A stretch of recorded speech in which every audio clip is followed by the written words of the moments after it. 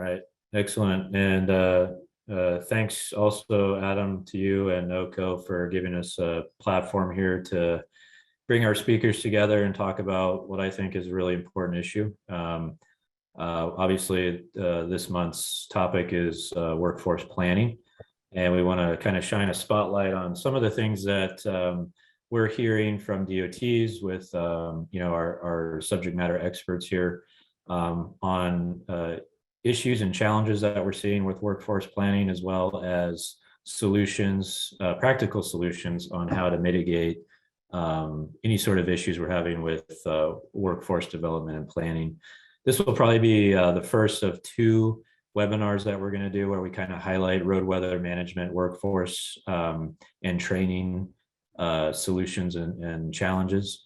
So thanks for joining us for June's webinar. Let's go ahead and go to the next slide, Adam. So this is just kind of an overview of the Spotlight series that we're doing. It started last month.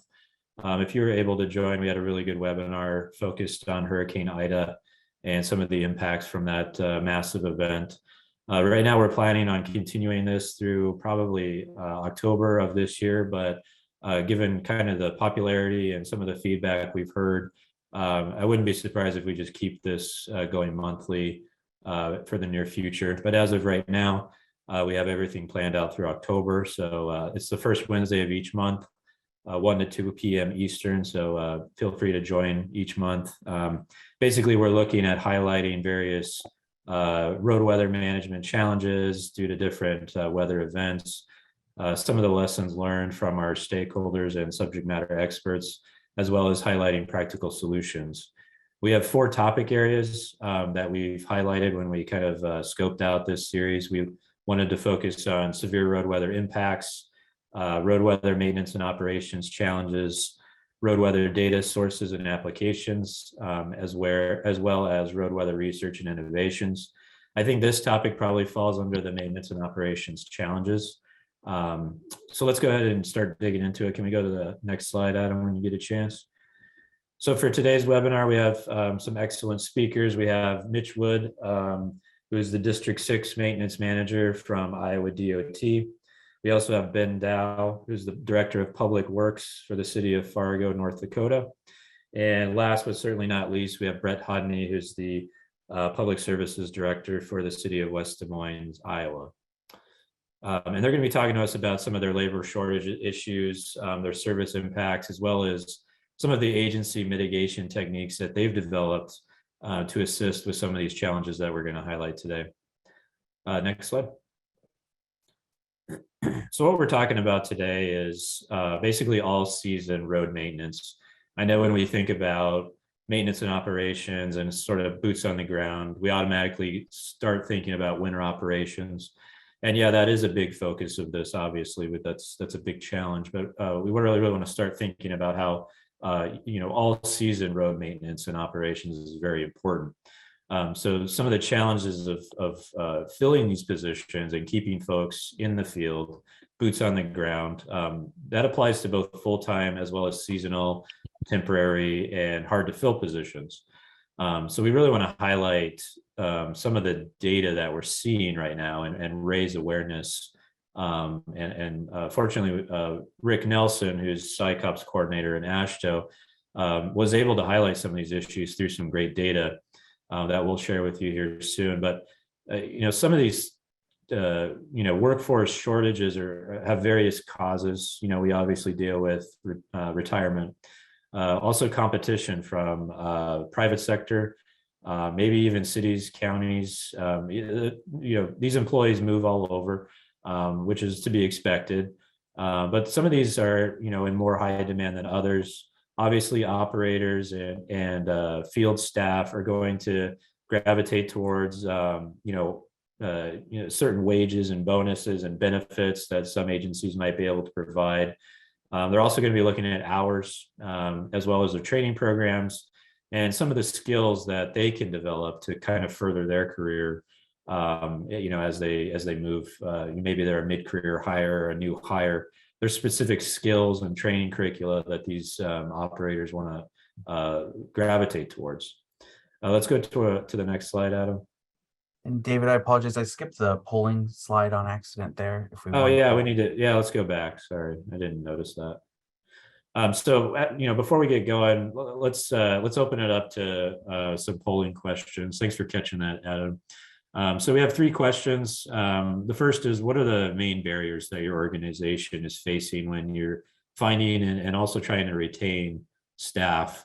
And you'll see a pop-up window here as I speak through the questions. So feel free to fill those out. The second question is, what's your agency doing to mitigate the impacts of labor shortages? You can select all that apply. And then the last question is an open field question.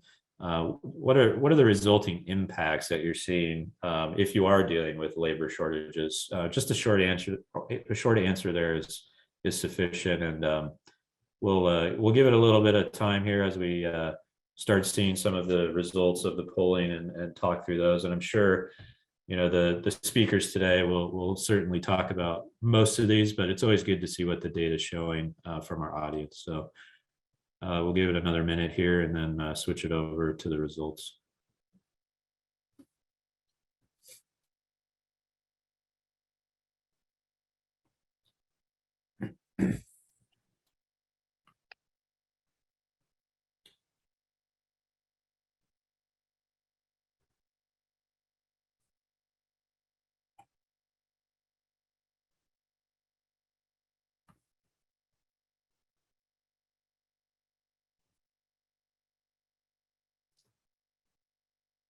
All right.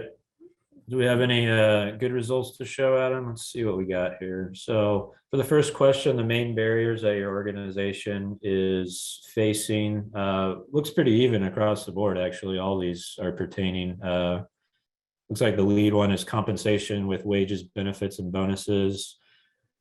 Second highest is competition from the private sector. And then tied for third place, we have recruitment and reduced available labor pool. Nobody selected other. So it looks like those 4 categories are pretty even on, barriers that your organization is facing in finding staff and keeping staff. The second question, what is your agency doing to mitigate the impacts of these shortages? It looks like the highest right now at 53% is increasing wage rates, which is really good to hear. Also, on the job training. I know that's something we'll probably highlight more so during next month's webinar. We'll be looking at maintenance training programs and academies.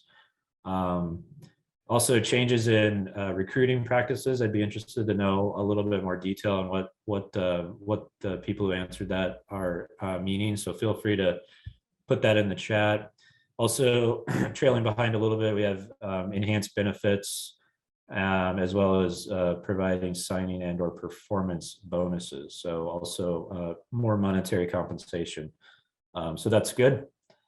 I don't know, I can't see the third question, Adam. I don't know if you can on the resulting impacts of labor shortages. Yeah, I can see it over here. The most prominent answer is just doing more with less. That came in from a few folks, and same with just remaining short staff. Some of the other items we're talking about longer shifts, reprioritizing, delaying construction and maintenance, and simply not meeting performance targets. And then one mention again on the training, needing to trying to up the training and increase the training cycle. Yeah, and that's good feedback, because we know I think one of the main concerns here is the performance and levels of service being impacted by reduction in workforce, or maybe the workforce isn't being trained appropriately. So those are direct benefits that we see on the roadways, particularly when we talk about things with winter operations. When that level of service starts dipping down, or we have to reduce, expectations for the public, then you start hearing a little bit more about it in some things like the media, or we hear grumbling politicians, or whatever the case may be in your particular agency. So that's good to know. And if those levels of service are being impacted, then we know we do have an issue here. So let's go ahead and go back to where we were, Adam, in the slide deck. So I spoke earlier about we had Rick Nelson lined up to present some of his data. Unfortunately, he's not able to attend, so I'm gonna be covering his slides. So this is from a polling request that he sent out through SICOP. This took place in February of 22, and there were 114 respondents. You can see where they break down. A lot of 31 state DOTs and 51 cities and counties. So 84% of the respondents are experiencing higher than normal vacancies for snowplow operators in particular. Obviously, since it's through SICOP, this is going to have a winter operations focus. That's a pretty substantial number there that we're seeing.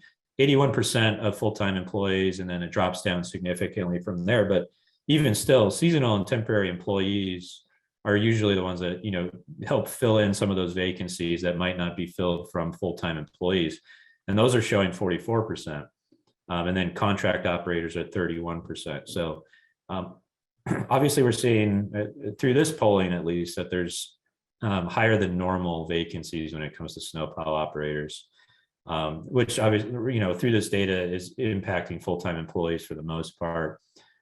Rick's polling also noted issues related to competitive salaries and benefits, as well as the ability to attract and retain CDL operators. We kind of heard about that, where some of the polling results from today showed that, the DOTs are looking at upping those signing bonuses or those just seasonal bonuses. They're also looking at wages, wage compensation, that sort of thing, to be competitive with some of those private agencies, as well as some cities and counties, or whatever the case may be. And then something we touched on earlier was 25% of respondents had to modify their level of service to reflect those staffing shortages. And then an additional 6% were considering additional modifications. So a quarter of the respondents are thinking about needing to modify the snow and ice level of service grading system for their agency. So again, a pretty substantial amount. To mitigate some of these labor shortages, agencies have been offering some of the things we already touched on, but incentive pay, stipend, difficult to fill positions might have bonuses, training programs to get your CDLs for operators, walk-in interviews to eliminate the application process. I thought that's pretty interesting. And then creative advertising through social media blitzes, just to try and get folks to come in and see, maybe just apply or talk to a recruiting or HR person at your agency. So everybody's thinking about this. We have some great speakers today. So that's kind of the background and the foundation that we're laying to have this webinar, and to bring in folks who are seeing this on the front lines and to speak to their challenges and some of their solutions to mitigate these challenges. Next slide. So with that, I think we are going to move on to Mitch to cover his slide. Mitch, you ready to cover your information? Yeah, ready to go, if everybody can hear me. Yep, I can hear you great. Go ahead. All right, sounds good. So as David mentioned, I'm Mitch Wood. I am the District 6 Maintenance Manager for the Iowa DOT. So I'm on the eastern side of the state of Iowa, kind of east central part of Iowa. So what I thought I'd share with everyone here today, we're seeing the staffing issues that everybody's seeing for both our full-time and part-time staffing. Luckily, we're still fortunate on the full-time staffing side. While we are seeing greater turnover than we have experienced in the past, we're still getting a high number of applicants, and we're able to fill those positions at this time. So some of the info I was sharing here with everybody today, where we're really starting to see the impacts, is for our part-time seasonal staffing. So what we do with the Iowa DOT, we have a summer seasonal positions and then winter seasonal positions. And those part-time seasonal staff are allowed to work up to 700 hours for the season. And as you can see here, we're seeing that trend in both the summer and winter seasonal positions. Especially here in the last year, we're starting to see that trend where we're getting less and less interest for our seasonal staff. And then just some interesting data that I thought I'd share here on how we're trying to combat that is you can see our advertising costs have kind of skyrocketed here the last couple years. It used to be that we would post those positions with little to no advertisement, and we'd fill them rather quickly. They were pretty popular positions, and I think what we're seeing statewide, we're pretty fortunate in our rural areas where we have a lot of farmers and retired folks that are still interested in helping out, but we're really starting to see the impact in our metro areas. So that's where we're really upping our advertising costs to try to get those folks in the door. So some operational adjustments we've made at the Iowa DOT.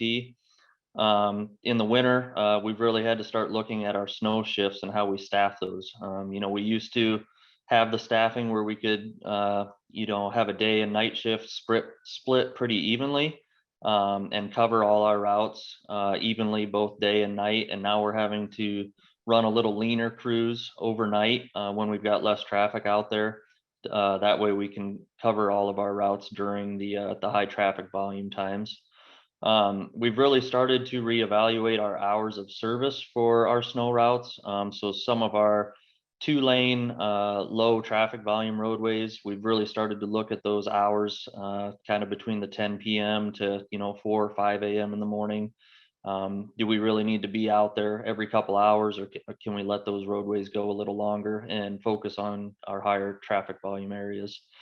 For quite a while now, we've really been leaning on what I call our joint operations.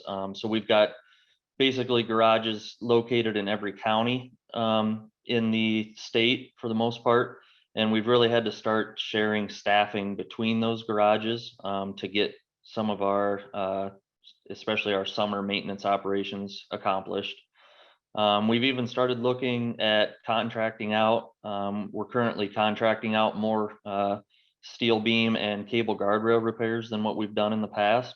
And we've even contracted out herbicide application. That's something we used to do with our staff pretty much 100% of the time. And now we've got a contract pretty much statewide out there for all of our areas. So our staff doesn't have to do that herbicide application anymore.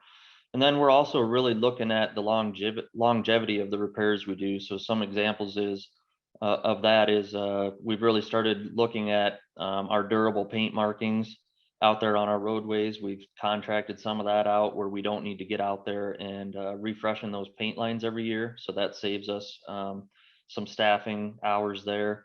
As far as like our spall patching out on the roadways for potholes, we've really looked at the material that we're using out there. We're spending a little more on a better quality material, but it kind of sticks in the hole longer. So we don't have to go revisit those areas. So just a couple ideas there of things that we've been looking at and utilizing to get a better use out of our employee hours. Some incentives that the DOT has started doing, pretty new, especially to my area of the state here, for flexible work schedules. That's really tough on the maintenance side. We were doing the traditional Monday through Friday, 8 hours a day, but this summer we've started offering the traditional schedule. We've also started offering 4 9s and a 4-hour Friday, and also 4 10-hour days to kind of get some more folks interested in those flexible schedules and coming to work for us. We're also starting up our new CDL training program that'll be provided in-house to help folks that don't have a CDL still come join us here at the DOT, and we will help them obtain their CDL at no cost. And then we're also now offering advanced pay rates for full-time positions. So depending on your previous experience outside the DOT, we'll review your resume and give you a certain percentage pay raise from the starting base pay for that position, depending on your past experience. We review that, and we've got some folks that we've actually started anywhere from the middle to near the top of the pay scale that they're coming in to join us here at the DOT. So looking forward to if anybody's got any questions for me here at the end. Thank you. Yeah, thanks, Mitch. I think we'll probably go through everybody's slides and then we can do, we'll loop back around with the chat and see if anybody has Q&A. I do have a question about your advertising costs and kind of how much they increased between 19, 20, and then kind of like how the results from the positions being filled aren't really reflected in those advertising costs. So I'm wondering, is that strategy going to continue where you keep putting money into more advertising, or is that just kind of not really working that well, or what's the thought process on continuing that approach through advertising, I guess? Yeah, so currently with some of these hiring incentives, we'll need to start reviewing that. So that basically falls on each district maintenance manager. So myself and the 5 other counterparts in the state on if we want to post a position with advertising. Like I said, it has been focused on those metro areas for the most part. But with some of these hiring incentives that we're starting to utilize, I'm curious to see, if maybe we can push some of those advertising costs down, maybe only have to post a position once instead of 2 or 3 times before we get a qualified applicant, by offering these other hiring incentives. So I'm curious to see here, by offering those incentives, if that, kind of pulls our advertising costs back down, but we'll be keeping an eye on it. Nice. Sounds good. Thanks, Mitch. It looks like we have a couple of questions for you, but let's hold off. If you want to answer them in the chat, I'd like to talk about them if we can. So let's move on. I think, Ben, you're next, right? You want to cover, I think your slide is next, if I'm right. Yeah, I believe I'm next. Thanks again, David. My name is Ben Dow. I'm the Public Works Director in charge of all of operations for the city of Fargo. Not very many people are aware, but Fargo has a very robust economy, and we're a fast growing community in very different ways. And so we started seeing some significant issues on our seasonal staffing stuff disappearing almost 2 years ago. And so we had to make some significant changes to the point where we can barely find any seasonal staff anymore. And it has now started impacting our full-time staffing to the point where we had people that have worked with us for 10 to 15, 20 years that are now leaving because they're able to leave, even though we're at their topped out step, they're leaving and starting at higher wages, working for contractors locally. And so we're kind of chasing the 8 ball here, trying to figure it out. We've worked through many things. Hey, how you doing? But we're seeing that, right now, one of our departments of 50 people, we're short, just that eight folks, and I just got 2 more resignations. So we're moving that to 10. So, it all started really, like I said, with our part-time seasonal about 2 years ago. But in the last year, it started to move forward with our full-time. And since December, we've had 6 openings, and we've been posting repeatedly and putting it out there. And if we do happen to get a candidate and we do an offer, they do go back to their employer they're working for, and we end up losing out, and it just isn't working. So, and the biggest issue is just like everybody else, we're government agencies. When wages start jumping at $2 to $5 increments, we're unable to adjust that fast. And so we have been placed in a point where our starting pay and even our top pay is relatively anywhere from $2 to $5 behind what it should be. We also, with our local economy being so good, we also are starting a $3.25 billion diversion project in town, which is bringing another 800 to 1,200 jobs that is going to start. It started on the small scale here about 6 months ago, and we're going to see it really ramp up next summer. So let's just pile it all on. We're already having issues. Now let's do that. And that's something that the city pushed and really needed, was this diversion project. And here we got it. And now it's looking at us in the face of, it's going to cause us a lot of problems because it's got a 7 to 8 year build. And how are we going to tackle these staffing issues? We also in Fargo, because we're so flat and we have a lot of wind, and in the wintertime, we get a lot of snow, we have to haul a lot of snow. And so we're seeing our number one thing when people are doing exit interviews, they're putting down the work-life balance. We had a record-setting a year this year where we had 11 blizzards, and our folks worked for 65 days straight with no days off and nights and weekends and everything like that. So, the old school method of thinking that, oh, they're making overtime, they're doing good, everybody likes the money, that's a changing philosophy that is changing with generations now. And so we're going to have to really figure out how we're going to put our thinking hats on and tackle that, because we're falling behind right now. And as Mitchell talked about, I'm sure Brett will talk about, we're all facing this change in the CDL training and what's going on. We've done a lot of looking around towards the trainers in town here to get some pricing. And, when you're looking at the $6,000 to $8,000 price point to get someone trained up, and you don't know if that person's going to stay with you and what kind of contract can you put with them so they do stay with you, so they don't move on. We're working through that. So those are the challenges we've really faced, but we've gotten creative. And so we are trying to move forward.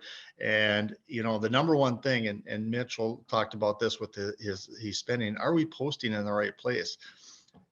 Here you got a 50-year-old guy looking at where postings are going and who are we attracting? And am I the one, or is my admin or my team the right age for the age we're trying to bring in? And I had to take a step back when someone threw that in my face. And I said, you know what, you're right. I'm not the right person. My way of thinking is not the right way. So we have gotten really creative and hired an advertising agency to help us about 2 months ago. So we're getting ready to launch a big campaign there. And we've even gone as far as advertising on our vehicles. You see it on contractors, you see it on everything. Our vehicles are everywhere. We put postings on them with a QR code. Scan this QR code. It gets them right in. They can be sitting behind you in traffic, scan the QR code, and they can have the information. Now, of course, we're not encouraging cell phone use or anything while driving, but getting it out there in the public and seeing it in a different perspective is what we're thinking was our number one change we needed to make. We needed to get away from our traditional postings. That was not going to work, and we just had to take a whole different alternative method.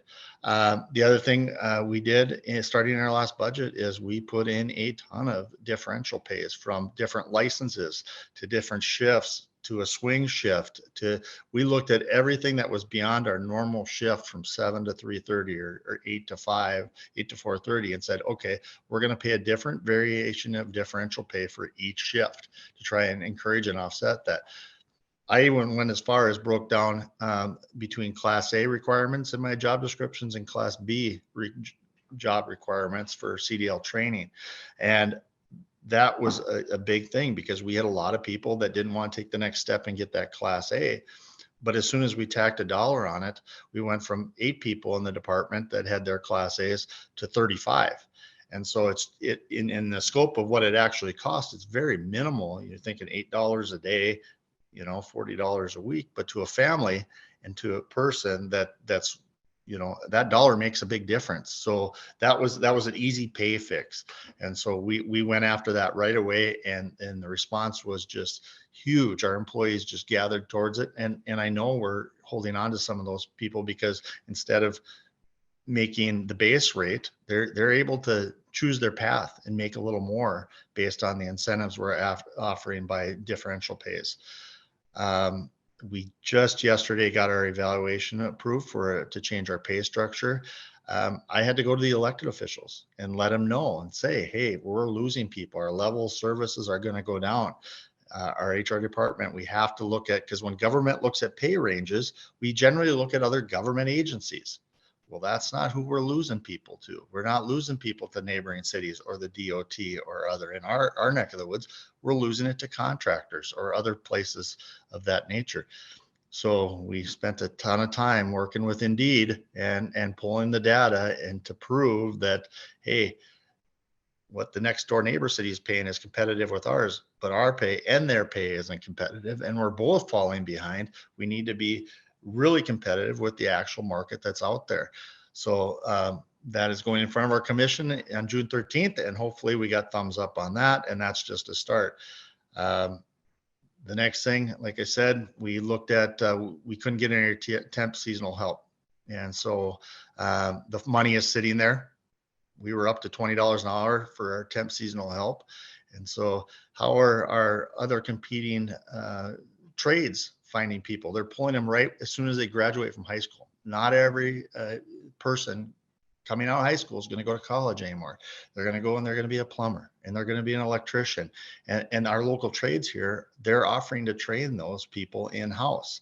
So we said, let's take and convert those part-time seasonal temporary dollars into full-time positions that does not require the CDL, and try and capture coming out of the high schools and working with those guidance counselors to bring those people in and do some tours in our operations and say, okay, here's what we have to offer. We can help you get your CDL, which I have that on there.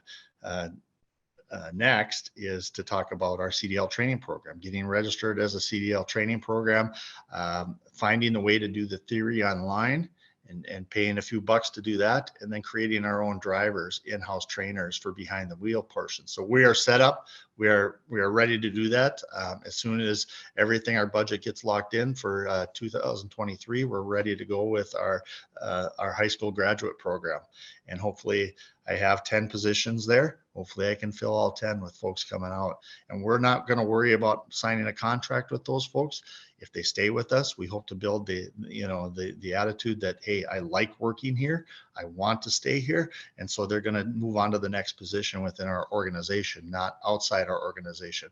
But that is the number one force that we have to try and get after, is those folks that we're losing out to, again, the other trades.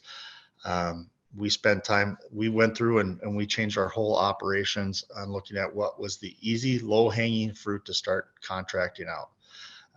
We contract almost all our mowing out now, because that's the low, easy hanging fruit. There is a bunch of contractors out there, and you'd be surprised if you group all your mowing up into one area, the prices you're going to get. Because it's been relatively surprising to us on how reasonable the prices are, to the point that we can't afford to buy the equipment and staff the part-time temp seasonal to do the mowing, because they work it into their program and they use the same people on the same that they use in the wintertime that we use in the wintertime to do the same services. So they have their folks plowing in the wintertime, and then they mow for us in the summertime and keep them on a salaried position. And again, I'll drop back here, is being transparent. One of the things I blew this up with our city administration and our local elected officials right away.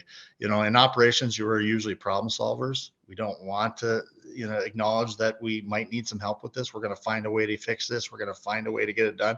But this was something that getting out in front of it right away. Most elected people, they don't want to lower levels of service. They don't want to drop that. That is something that, most of them run on, that say, hey, I'm going to increase level of service. I'm going to do better. So when you start saying, well, our plowing operation time frames are going to slow down. We're done in 24 hours. We're going to go to 36. We're not going to haul our downtown in 2 days. We're going to have to haul it over the course of 2 weeks. And so that was the number one thing, is just being honest and not trying to cover it up and be the doer, and just say, hey, we're going to need some help on this, and we're going to have to spend some money.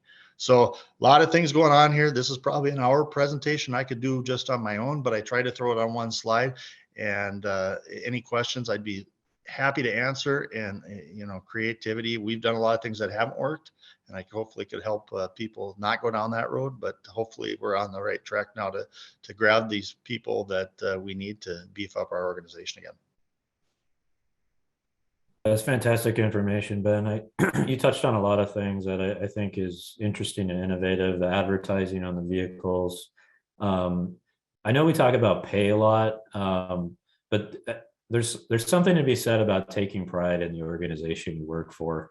And I think there's some stuff missing there that we're not tapping into. Particularly, I know this is probably more of an HR discussion here, but especially if you can get almost a homegrown, like the high school graduates who come in, or young college age, come in, they work their way into the system, they train through the academy that you have, they stay put, and they really start taking pride in what they do.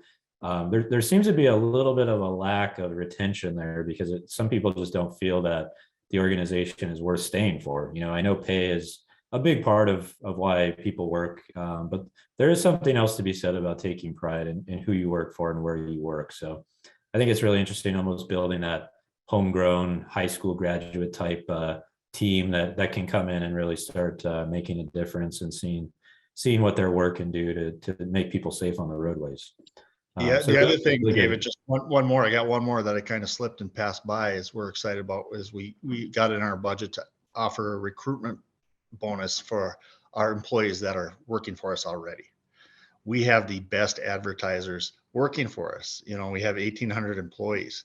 If they get Yeah. one of their brothers, sisters, or come to work for us, it's time for us to pay them a bonus and use those as an advertising place for open positions. So that was one of the biggest ones that we worked hard on. And I think it's going to come out as a success. Great idea. Yeah. Awesome, Ben. I appreciate your information. There's a question that came in, but we'll if somebody wants to type in the answer now, we can, or we can circle back around. But let's go ahead and Brett, are you ready to share your slide next? Yeah, I sure am. I'm Brett Hodney. I'm very honored to be able to serve on this committee and then also be able to share some information for you. It's been interesting listening to the dynamics of what Mitch and Ben both have to deal with. We have some similarities, but we have some differences.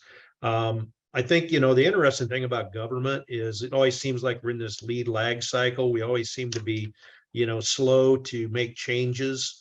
I think, based upon the organization you're in, it may be slower or faster, but it's been interesting just to listen to Mitch and Ben to see, how government is reacting and really starting to take this seriously and move some things forward. But one of the things, I'm going to go back a little bit in history, about the time before this was really starting to be a problem, all of our positions were basically heavy equipment operators pay. So they were called public services operations specialists. It was just one position. We did that several years before, but the salary range was getting up there close to about $68,000 a year on the top. The other thing that back before this all started, we had a change in the union negotiation process in the state of Iowa. They were typically seeing cost of living average increases back of about 2 to 3% and an automatic step increase of 4.5%. So they were typically seeing 6 to 8% increases every year. So our personnel costs were pretty high, but we had a very stable workforce. Well, then I had kind of decided to create a new position called a public services operator position, more entry level. It was kind of from a fiscal standpoint. We had plenty of trained operators to handle the higher level equipment, the more specialized stuff. So we thought it might be a way also to create more diversity, because that was another issue we were dealing with within our city organization. And, that starting pay went up to about $55,000 a year. Well, then, as I said, then came along the change in the Iowa union labor changes they gutted Iowa Chapter 20, where basically they stripped the unions of their negotiation powers to where right now they can currently only bargain for base wage. So typically they got away from that 4.5% step increase and went to a 1% increase and then the cost of living. And it really restricted the movement in the pay range. So what we started seeing was we were bringing in these operators, and basically we were becoming a training ground for other agencies. We were losing them to other cities and governmental agencies. And we found out basically that we were just training people to become operators for other agencies. And we'd never seen turnover rates, like we saw in that category, 23%. That was just extremely high. And then we talk a little bit about, we had some pay plan deficiencies. Moving in, governmental agencies, a lot of times people are used to seeing movement within their salary range. But when your range is several thousands of dollars from the top to the bottom, to only move forward 1% within your pay range really created some significant animosities with employees when they were used to seeing 4.5% before that. So we had to really step back and take a look at what we were doing. Another couple of things that I don't even have listed on here that were a problem was Iowa civil service law.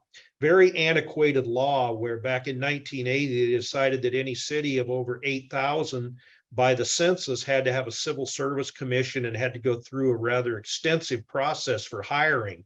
The law never changed. There's never been any adjustments made. So typically what we see is when we go out for a hire and there's not an approved list already, which a list lasts for 1 year, you're looking at probably 4 to 6 months of the process taking that long from start to where you'll actually see people get hired.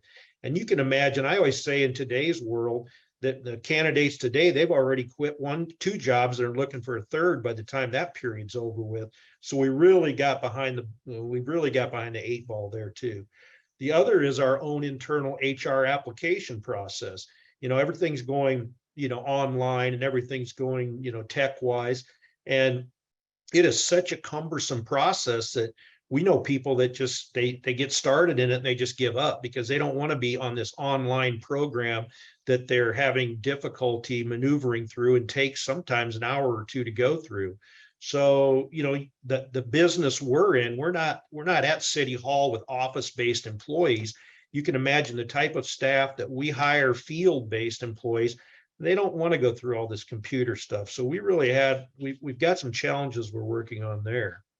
As far as the opportunity side go, we did conduct a regional market study. I know Ben talked a little bit about, the HR department. We're competing against the private sector too. Similar to Ben, we've got a very vibrant economy here. We're just building our 4th and 5th Microsoft data centers, or building a new medical university right across the road from our new public services facility. Lots of construction going on. So we're competing against that private sector too. So when we did the regional market study, it was very indicative of that. We're getting behind the 8 ball, and we need to start looking at ways that we are competing against both the public sector and private sector. So we reacted, and the city manager decided that based on the market, we just moved all of those operators to a public services operations specialist position. So some of those folks that were making $44,000, $45,000 a year went up to almost 60 overnight. We also elevated some of the operations specialists who were in that lag cycle, elevated their pay up $3,000 to $5,000. So that was kind of interesting that just with a swipe of a pen, the city manager was able to do that, and we got support from the elected body. So right now, our starting salary is about $60,000 for an ops specialist, a person coming into our organization.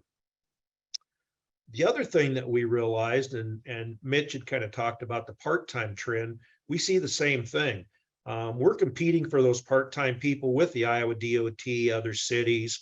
And I grew up out in the rural area, and I think it's pretty indicative of what Mitch said. It's easier getting people to sign up out in the rural area. But when you get in the metro area, we're competing against a large number of different aspects where, you got Hardee's or McDonald's or some other restaurants advertising, a $500 sign-on bonus and $16 an hour. And so it's very difficult when you start looking at part-time. We were in the $12 to $14 range 2 or 3 years ago. We were starting to push upwards of, 20 to 22. And finally, we were hiring about 12 full-time bodies in the spring and about 6 in the fall. We just decided to change 6 of those positions to full-time laborer positions. So we established a new pay classification. Doesn't require a CDL, but those positions are going to pay up to about $27.50 an hour. That's the top end with full benefits. So we kind of had to change our philosophy on part-time employees too. We lowered our qualification requirements. We don't require someone to have a CDL coming in the door now. And we've kind of talked about the dynamics of how are we going to handle this new CDL requirement. And basically, I've already started exploring training opportunities, and we've got some in the state, but also we're going to probably have to develop an agreement with candidates. If we're going to make the investment in that CDL with them, we're going to have a certain term of employment, or they're going to have to get into reimbursing the city if they decide to leave. It's almost similar to what a lot of the small towns have to do with police officers who come in, they put them through the academy, and then they step out and move on to bigger and better things. So we're going to have to work on that agreement.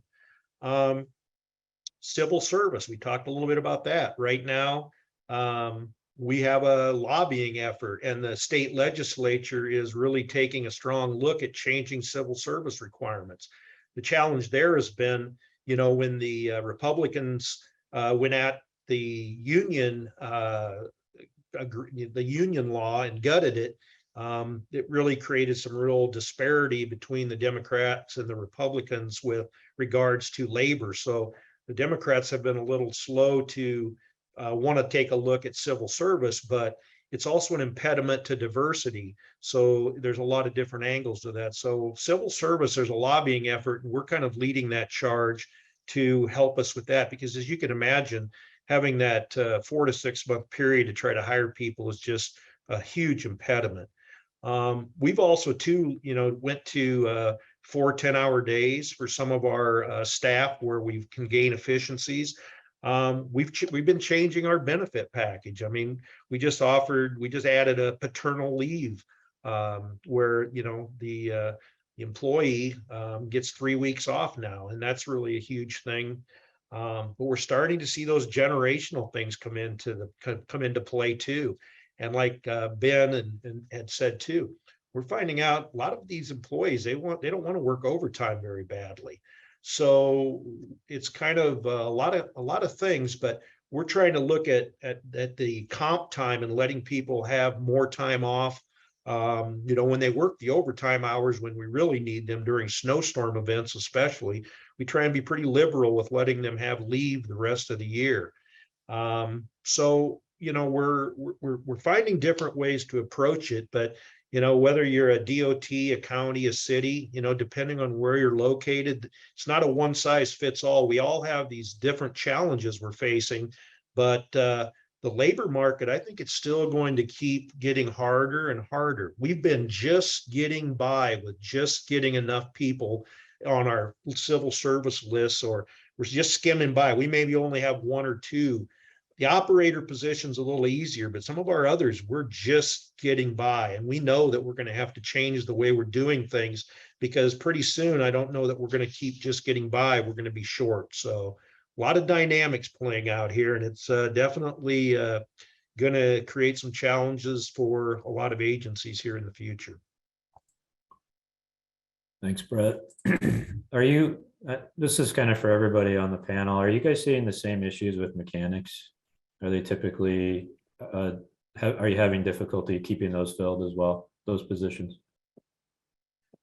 Well, I'll start off in West Des Moines. That was one of them where we just got by. We actually had to go through a second round of civil service process to get a mechanic hired for this last position. So, and that pay is running up in the upwards, the upper range, 75 to 80,000. But it's pretty interesting, because you're hearing advertisements on the radio where, like, Waste Management, is having a $5,000 sign-on bonus in their wages. So that is another area, once again, specialized.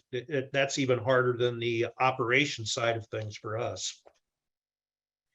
Yeah, we had significant issues, and we always still do, but we've kind of tackled some of that with our wage. We've done 2 pretty aggressive wage jumps in the last 2 years.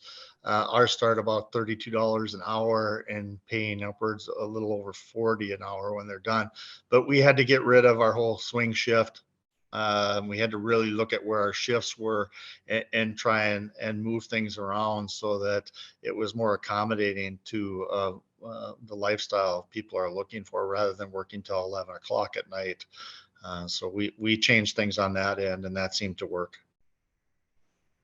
Yeah, we had similar. We just actually upped the pay scale for our mechanics at the Iowa DOT also, and we've also implemented a horizontal career path for our mechanics due to the some of the union law changes that Brett talked about.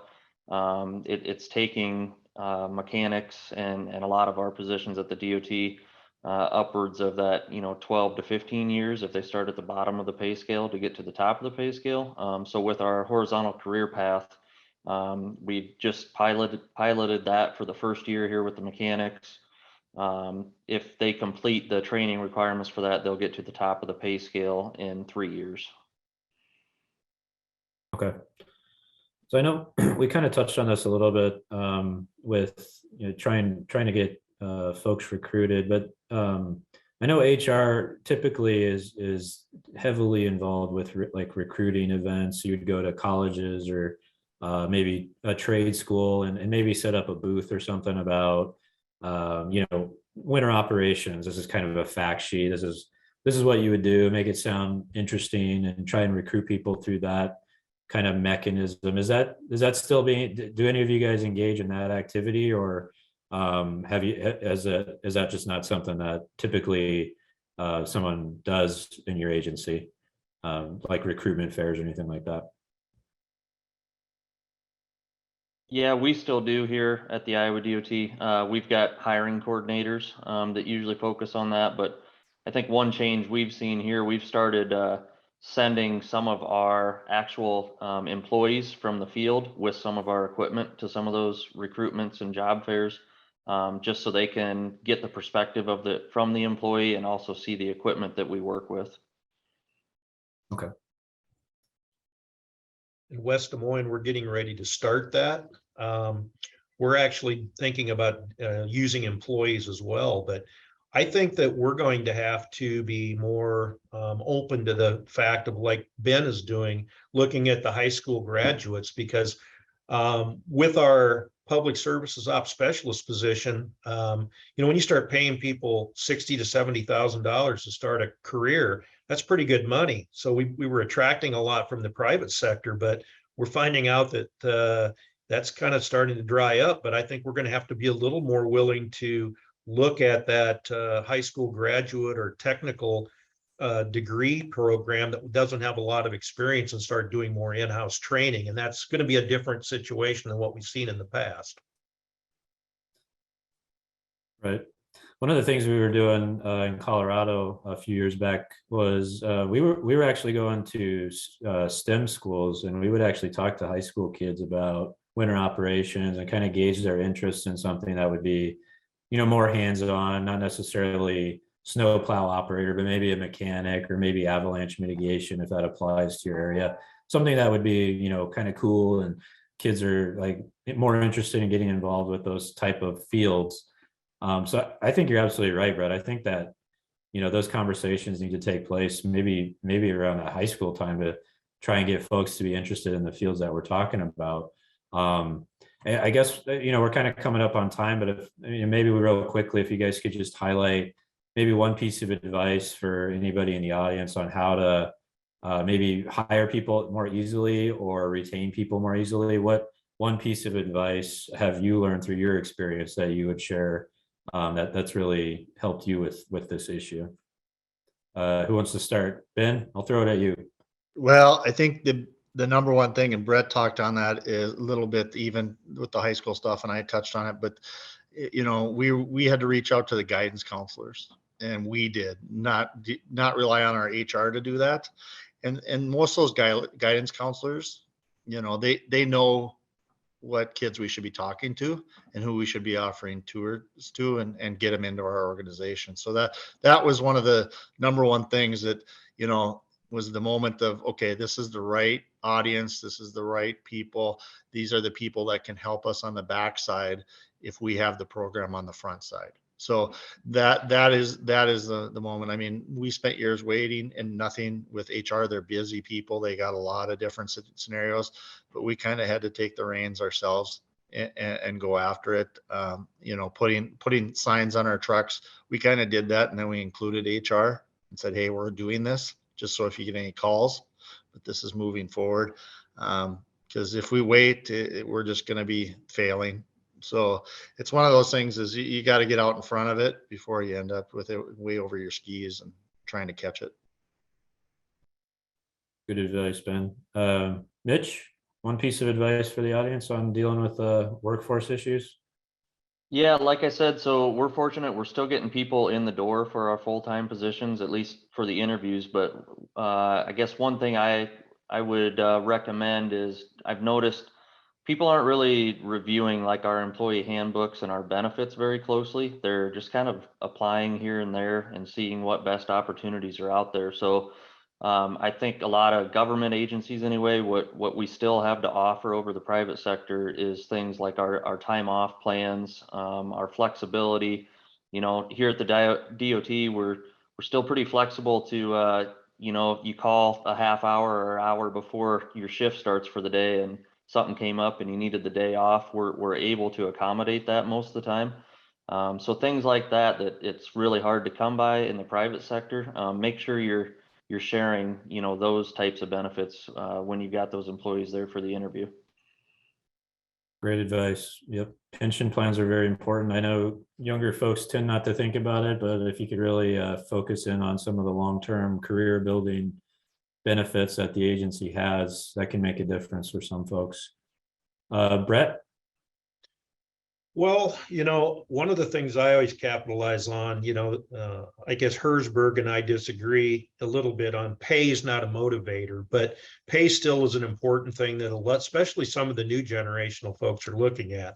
But I guess my piece of advice is make them part of the organization, get them involved in the decision-making process, make them feel like their input is important. You know, when we go out and order a piece of new equipment right now, we of course get fleet's advice, but we sit down and talk with the operators. What do you think we need? What do you want? And take that very seriously. Probably the best thing we've done, and I borrowed this from the Alaska DOT with Dan Shocker and Mike Coffey, is we started an ideas committee, and it's employee run. Supervisors and management we just stayed out of it. We went through different iterations, but we let them come up with ideas on how to make things better in the work environment, and we let them implement it. And they involve management whenever they have to, but you know, make your employees feel like they're part of the organization, because especially the newer and younger people we see coming in, they want to be part of it. And I think that's an important thing to retain employees. Absolutely. Completely agree. The culture of where you work is massively important. Well, gentlemen, we have 1 minute. So again, I appreciate your time. I know you guys are super busy and your insights are always valuable. So Mitch, Ben, Brett, thanks again. Really appreciate it. Adam, if we could go to the next slide before it looks like we're running up on time. So real quick, the next webinar we have is scheduled for July 6th. There'll be an email that we send out, or you can go to that link. I did check it yesterday, and the July 6th webinar is not posted quite yet, but we'll be focusing on training programs, hopefully maintenance training academies in particular next month. And the link to the AASHTO SICOP results that I highlighted earlier is at that link right there. That's Rick Nelson's work. So feel free to check that out at the link provided. Thanks again to everybody. Adam, I'm gonna let you close out, but real quick, I want to thank you, Adam and NOCO, for hosting this for us. Again, also to our subject matter experts, always appreciative of your time, as well as our technical support through ICF and Booz Allen Hamilton. Thank you, everybody, for helping put this on. And Adam, I'll turn it over to you. Thank you, David. Thank you, everyone, for joining us today. We'll send out a recording of this webinar later this week, and so everybody has it. People mentioned wanting to share it with HR representatives and others on their staff, which is a great idea. In that email, we'll include the registration for next month's webinar so that everybody can sign up right away and join us next month. Thank you, David. Thank you to all of our speakers. See everybody next month.